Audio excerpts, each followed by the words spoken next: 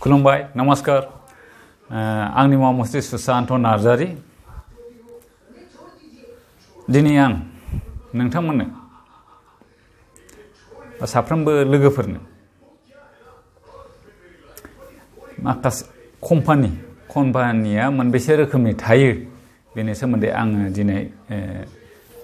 मिथिहोनो नागिरदों खिन्थानो नागिरदों कम्पानिया गोबां रोखोमनि थायो गासैहाय कम्पानिखौहाय मोनद' रोखोमाव राननो हायो दा बेफोर जाहैबाय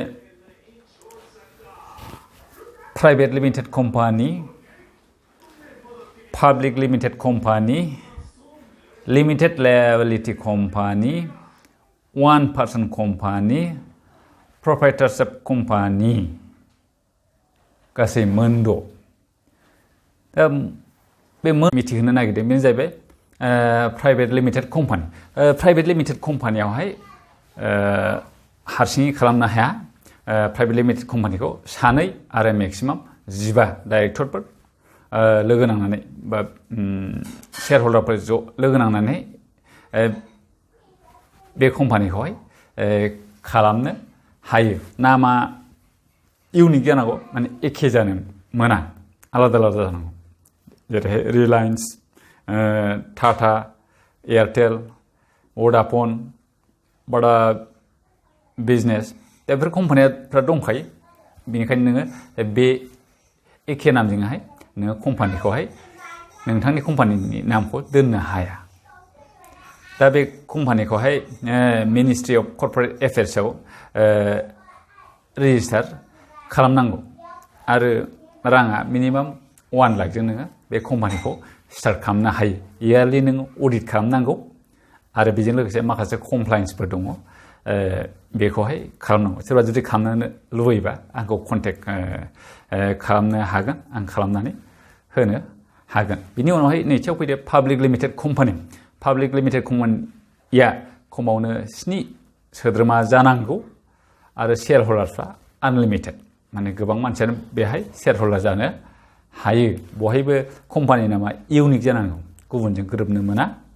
जेरैहाय एग्जाम्पल कल इन्डिया लिमिटेड अबेबा मोनसे गोदान कल इन्डिया लिमिटेड जोङो खुलिनो मोनला बेखौबो बे कम्पानिखौबो मिनिस्ट्रि अफ कर्परेट एफेयार्सआव खालामनांगौ इनभेस्टमेन्टआ माने राङा जोङो स्टार्ट खालामनो हायो मिनिमाम 5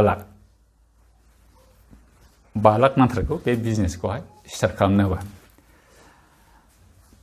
आरो बोसोराव खेबसे अडिट खालामथारनांगौ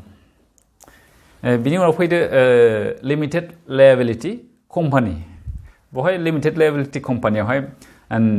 नामखौ इउनिक जालायनाङा जायखिया गुबुनफोरनि नामबादि एखे लाब्लाबो बियो जायो Gautam enterprise example Das enterprise Boro' enterprise Basumatary enterprise बिदिनो गोबां बेखौबो रेजिस्ट्रेसन मिनिस्ट्रि अफ कर्परेट एफेयार्सआवहाय जोङो बेखौबो रेजिस्टार खालामनांगौ आरो मिनिमाम जोङो 1 लाखजोंहाय बे कम्पानिखौ खालामनो हायो बेखौबो अडिट खालामनांगौ जुदि 40 लाखनि बारा 25 नङाबा 40 लाखनि बारा जायो अब्ला बे कम्पानियाबो अडिट खालामनानैहाय गभर्नमेन्टनो होनांगौ नेक्स्टआव फैदो वान पार्सन कम्पानि बेखौ हारसिङैबो मोनसे कम्पानि खालामनो हायो नेमा इउनिक जानांगौ माने गुबुनजों मिलायनाय जानो नाङा आरो जोबथारनायावहाय साफिक्सआ मा नांगौ अपिसि जेनेबा खुलुमबाय प्राइभेट लिमिटेड ब्रेकेटआव अपिसि बसुमतारी प्राइभेट लिमिटेड ब्रेकेटआव अपिसि बर' प्राइभेट लिमिटेड अपिसि बिदि अपिसि माने 1 पार्सन कम्पानि बेखौ होनांगौ आरो बेखौबो जोङो रेजिस्ट्रेसनखौ बबेबा खालामनांगौ मिनिस्ट्रि अफ कर्परेट एफेयार्सआवहाय बेखौबो खालामनांगौ आरो बोसोराव खेबसे एनुवेल अडिट खालामनांगौ नेक्स्टआव फैदो दानिया प्रप्राइटरशिप प्रप्राइटरशिप कम्पानियावबो नामा इउनिक जालायनाङा जेरै खुलुमबाय इन्टारप्राइज जायखिजाया इन्टारप्राइज नाम होनानै नोङो इन्टारप्राइज दोननो हायो आरो हारसिङै बेखौहाय खालामनांगौ हारसिङै नोङो खालामनो हायो आरो बाहाय रेजिस्ट्रेसन खालामनायनि जेबो गाइडलाइन गैया आरो बेखौनो जेरैहाय जोंनि गोबां दखान माबाफ्रा खालामो बेनि ट्रेड लाइसेन्स लानानै जेनेबा ब्लकआवहाय डेभेलपमेन्ट ब्लकफ्रावहाय बेनि ट्रेड लाइसेन्सखौ होनाय जायो आरो नङाबा टाउन कमिटिया बेखौ होयो आरो जुदि गिदिर सिटि बा मिउनिसिपालिटि कर्परेसन थायो बियो बेनि सार्टिफिकेटखौहाय ट्रेड लाइसेन्सखौहाय होयो बेखौ लानानै नोङो बेंकआव एकाउन्ट खुलिनानै बे बिजनेसखौ खालामनो हायो उनावहाय मा होनना बुङो GSTफोरखौहाय रेजिस्ट्रेसन खालामनानैहाय मान्थलि फाइल खालामनांगौ दाना नेक्स्टआव पार्टनारशिप कम्पानि माने जयै पार्टनार जानानै खालामनाय कम्पानि बाहायबो मुंखौहाय इउनिक जालायनाङा जायखिया नोङो नाम लानानैहाय ब्रादार्स इन्टारप्राइज बा फ्रेन्डशिप इन्टारप्राइज बिदि खालामनो हायो आरो न'नि रेजिस्ट्रेसननि दरखार जालाया बाहाय माने मिनिस्ट्रि अफ कर्परेट एफेयार्सआवहाय बेखौ रेजिस्टार खालामनाङा आरो अडिटनि दरखार गैया खिन्थु मा होनांगौ इनकाम टेक्स होनांगौ दा बेनोसै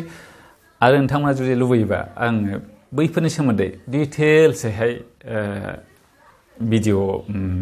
खालामबावगोन दा जुदि खालामजानो लुबैयोबा आंखौहाय कमेन्ट्सआव लिरना हरनो थाखाय आङो खावलायबाय आरो बेजों लोगोसे नोंथांमोना जुदि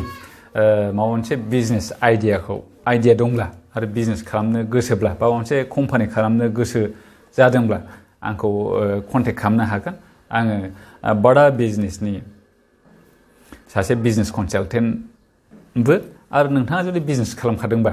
माबा मोनसे प्रब्लेम जादोंबा बा सेल्सआवहाय होन टेक्न'लजियाव होन मार्केटिंआव होन दा गोबां माबा मोनसे प्रब्लेम जानायनि थाखाय नोङो जुदि नोंनि बिजनेसखौ स्केल आप खालामनो हायाखैब्ला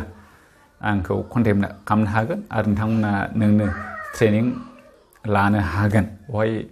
आंबो एसेबांखि हायो हेफाजाब होगोन आरो जायफोरनाखि गोबां हाजार क्रर लाख क्ररनि माने बिजनेस खालामनानै दङ कम्पानि सालायनानै दं बिथांमोनहा नोंथांखौ जुदि ट्रेनिंखौ लायोबा नोंथांखौ बैसोरो फोरोंगोन आरो बिथांमोननिफ्राय जों गोबां सोलोंनो हागोन आरो नोङो नोंनि बिजनेसखौहाय जोबोद मोजाङैनो स्केल आप खालामनो हागोन आरो नोंनि प्रब्लेम जानायफोरखौ समाधान खालामना लानो हागोन आरो जुदि नोंथांमोना गोसोथारब्ला आंखौहाय नैबे नाम्बार 7002441224 नाम्बाराव फन खालामनानै आंखौ कन्टेक्ट खालामनो हागोन कन्टेक्ट नाम्बारखौ आं खेबसे बुंबावनो 7002441224 गोजोन्थों खुलुमबाय